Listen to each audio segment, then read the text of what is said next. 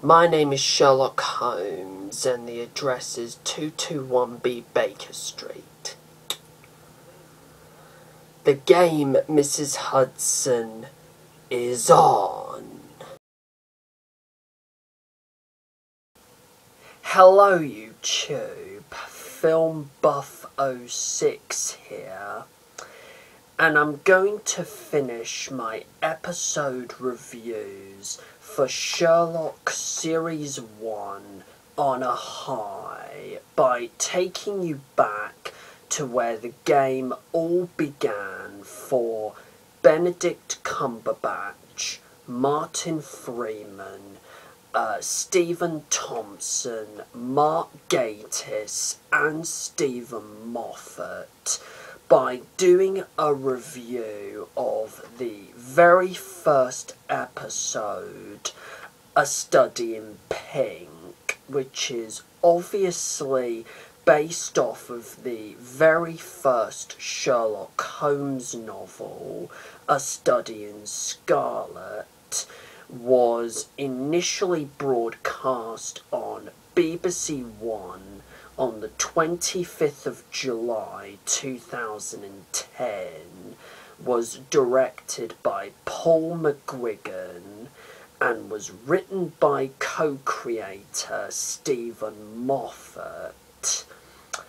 Mark Gatiss and Steven Moffat, who were both avid fans of the classic Sherlock Holmes stories that were originally written by Sir Arthur Conan Doyle in 1887, as well as the Basil Rathbone films of the 30s and 40s, came up with the idea of reinventing Sherlock Holmes and putting this iconic literary character into a 21st century London setting, pretty much like the most recent James Bond films with Daniel Craig,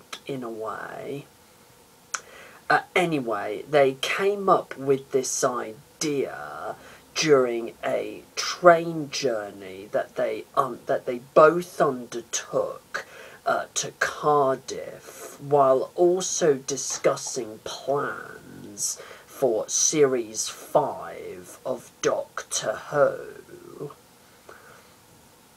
Now, they originally filmed a 60-minute pilot episode, which was directed by Koki Gidroy. I hope I've pronounced that name right.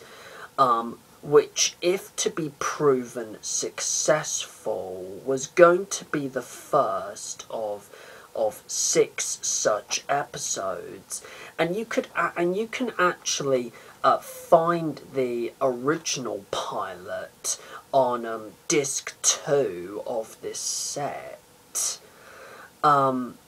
Anyway, however, the BBC, although they were happy with both the concept and the pilot itself, they decided not to publicly transmit it due to certain rumours that this new show was potentially going to flop, was potentially going to be a massive disaster. Instead, they requested a reshoot, a drastic change of format, and a total of 3 90-minute long episodes to benefit the series. The story of this particular episode is that John Watson, played by Martin Freeman, returns to contemporary London from his services as an army doctor in Afghanistan, in which he is seemingly crippled and has to walk with a psychosomatic cane because he clearly misses the war and is suffering from a case of post-traumatic stress disorder, PTSD for short.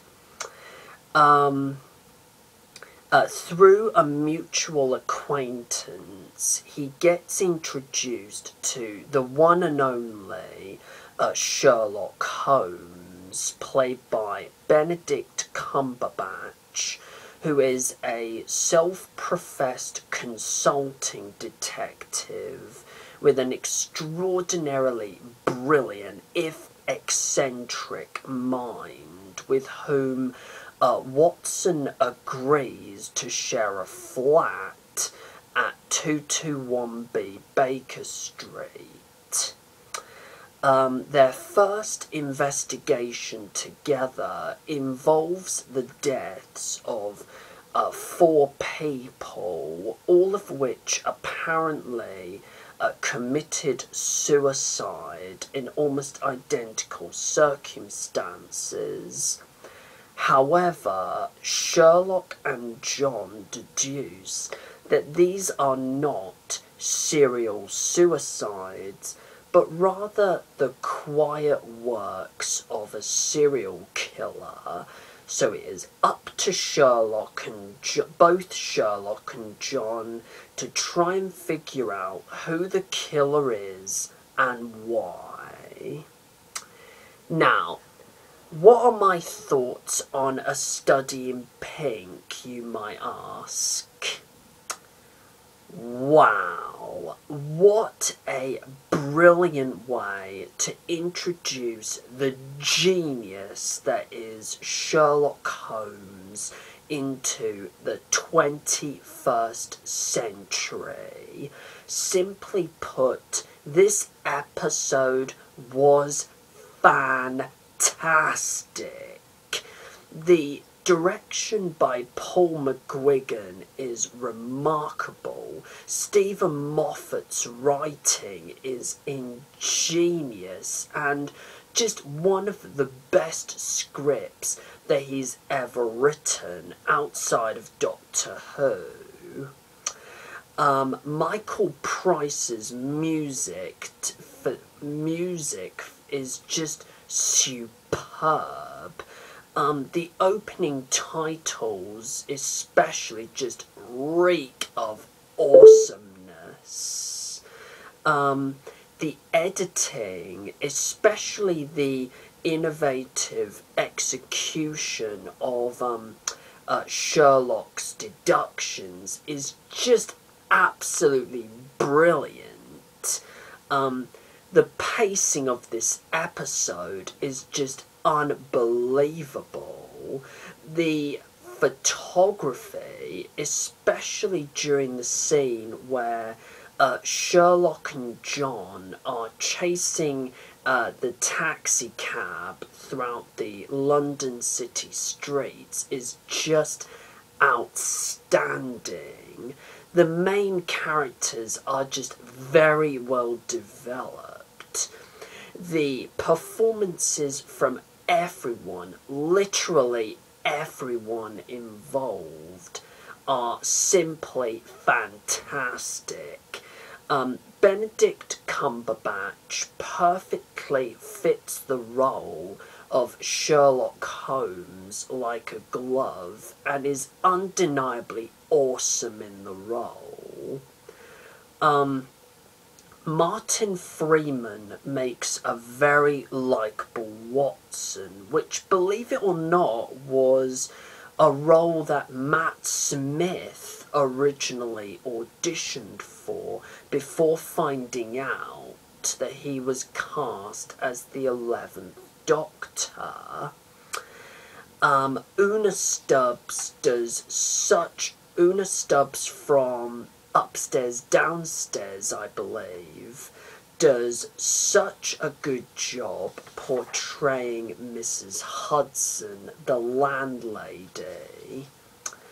Rupert Graves, despite not having much to do in this episode, nor in the Great Game for that matter, brings understated, gravitas to the role of Inspector Lestrade. Mark Gatiss does such a great job portraying Mycroft. By the way, I actually thought throughout this episode that he was in fact Moriarty, because Gatiss has the look that would have been almost note perfect for Moriarty. Anyway, I did actually think that he was Sherlock Holmes's arch nemesis himself, until the end of the episode surprised me, where he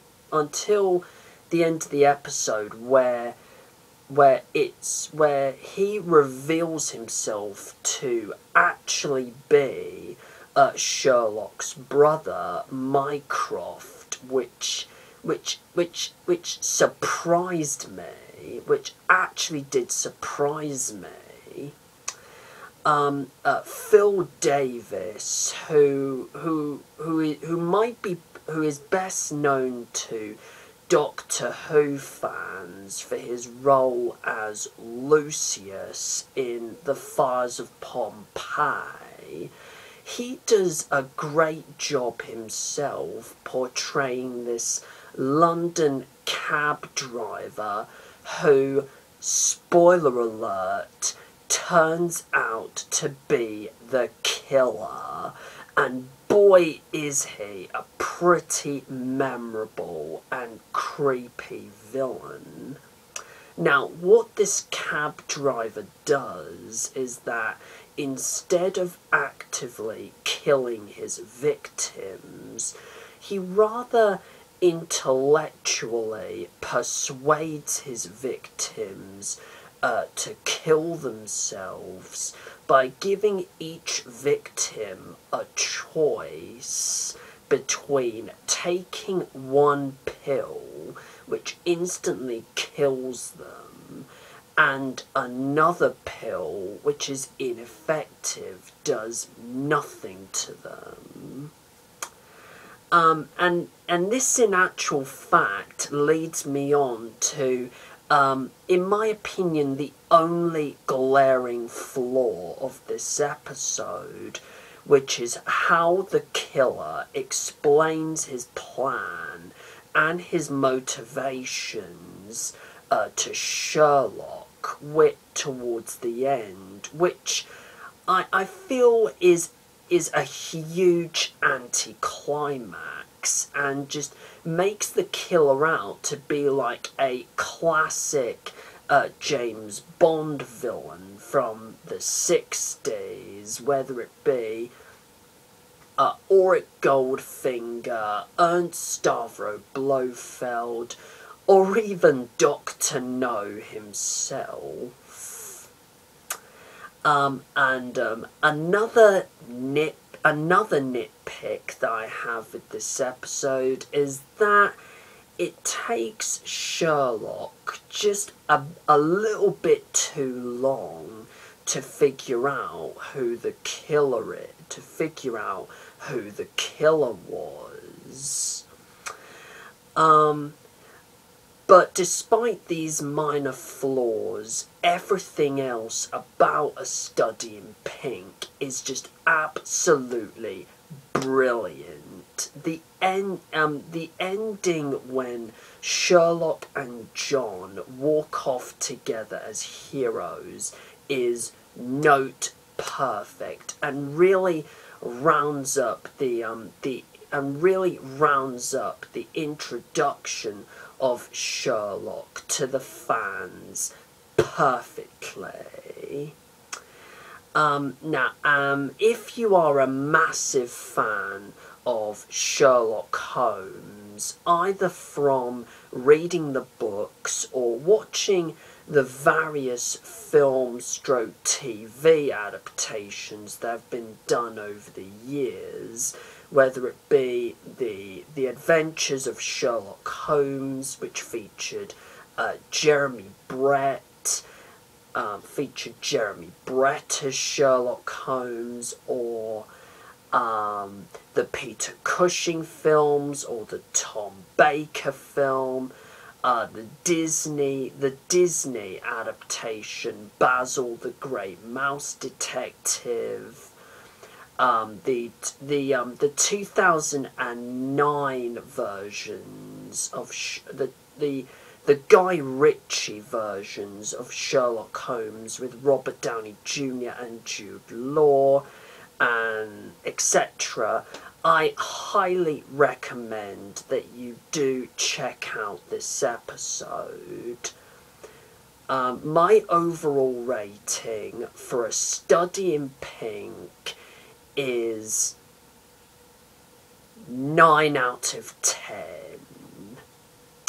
And as for me, the case of reviewing all 3 episodes of Sherlock Series 1 is officially closed. Now, feel free to leave a comment in the section below and let me know what you guys think of A Study in Pink, as well as your general thoughts on Series 1 of Sherlock. Plus, feel free to subscribe to my channel, and until my next video, in which I'm going to be reviewing the 2012 Disney Nature documentary film, Chimpanzee. Do take care, everyone, and the game for now is over. Plus, on a concluding note, happy 63rd birthday to Peter Davison himself, aka Doctor Number 5.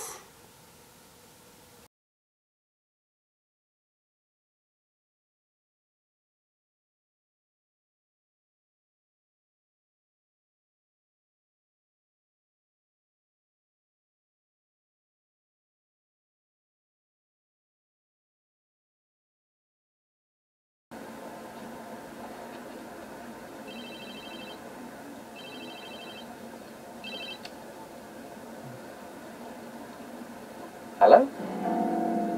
How do you make them take the poison? What? What did you say? I said, how do you make them take the poison? Hey, who are you? Sherlock Holmes. Do a lot of drugs, Sherlock Holmes? Not in a while. I ask because you're very resilient. Most people would have passed out by now.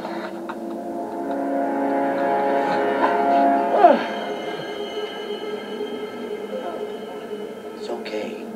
You're part of the plan. It's okay. He's just had a few. Look at the state of him.